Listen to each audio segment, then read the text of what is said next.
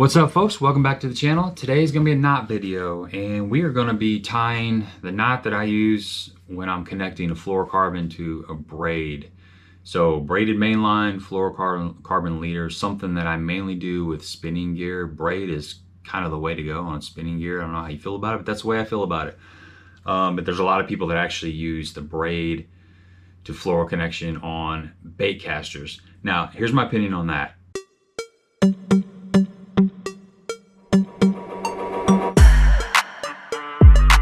As far as close quarters, heavy impact, flipping, punching type stuff, this is probably not the knot for that. But any other scenario, it's been a great knot. So if you've got like 10 feet of line out and you got 50-pound braid and you're really jacking them, I have had this knot fail a couple times. But anything else, I've not had any problems with it. My buddy Ron fished in Mille Lacs for smallmouth for years and years. This is the knot that he uses. So he's caught many 5+ pound smallmouth on it. I've caught some pretty good sized fish on it too. So it's just a knot. It's not like a super high impact close range knot, but anything else it's going to be fine. It's super quick, strong, easy to tie, and let's get to it. I believe this is called the Alberto knot. I'm not even sure what it's called. I just tie it, and the name's not really that important. It's that it works. So we've got yellow braid, high vis braid, and then we've got 10-pound fluorocarbon leader. So what I'm going to do is I'm going to make a loop in my fluorocarbon.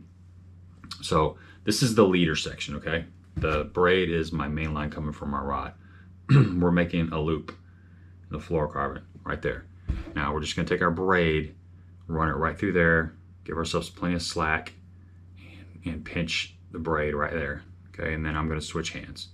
So I've got my loop right there. Everything's nice and neat.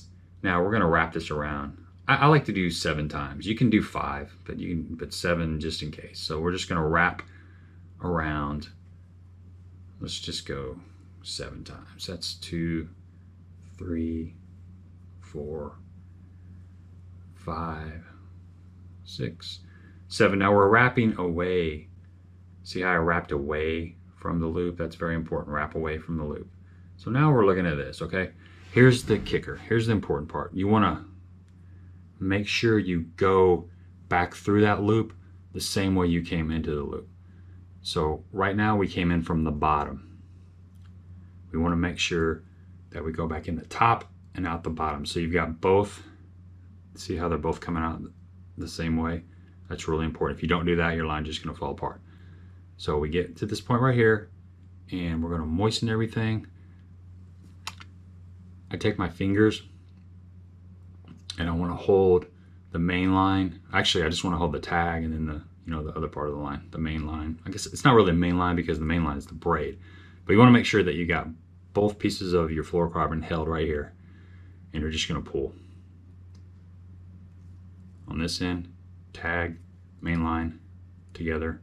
You're pulling both of them together, and then I kind of take these 2 fingers, my middle fingers, and go like this, and I can really squeeze it together. There you go. It's tight. It's a really good knot. It's not going to slip. It's really, really strong. Now all you have to do is just take care of these little tags, and you can go ahead and once you've got this pull tight, you can cut that braid as tight as you want. It's not going to come off. I mean, it's right up against there. It goes through your guides really well. It's not going to catch. Typically, I try to get my leader length about 7 feet. A lot of times I'm fishing a 7-foot rod, so 8 foot, 7 to 8 foot or something like that. You kind of either want it to go way inside of the spool, so 20, 30 feet of tag line or of leader, or a lot of times 7 foot of leader because the knot will be right outside of the bell.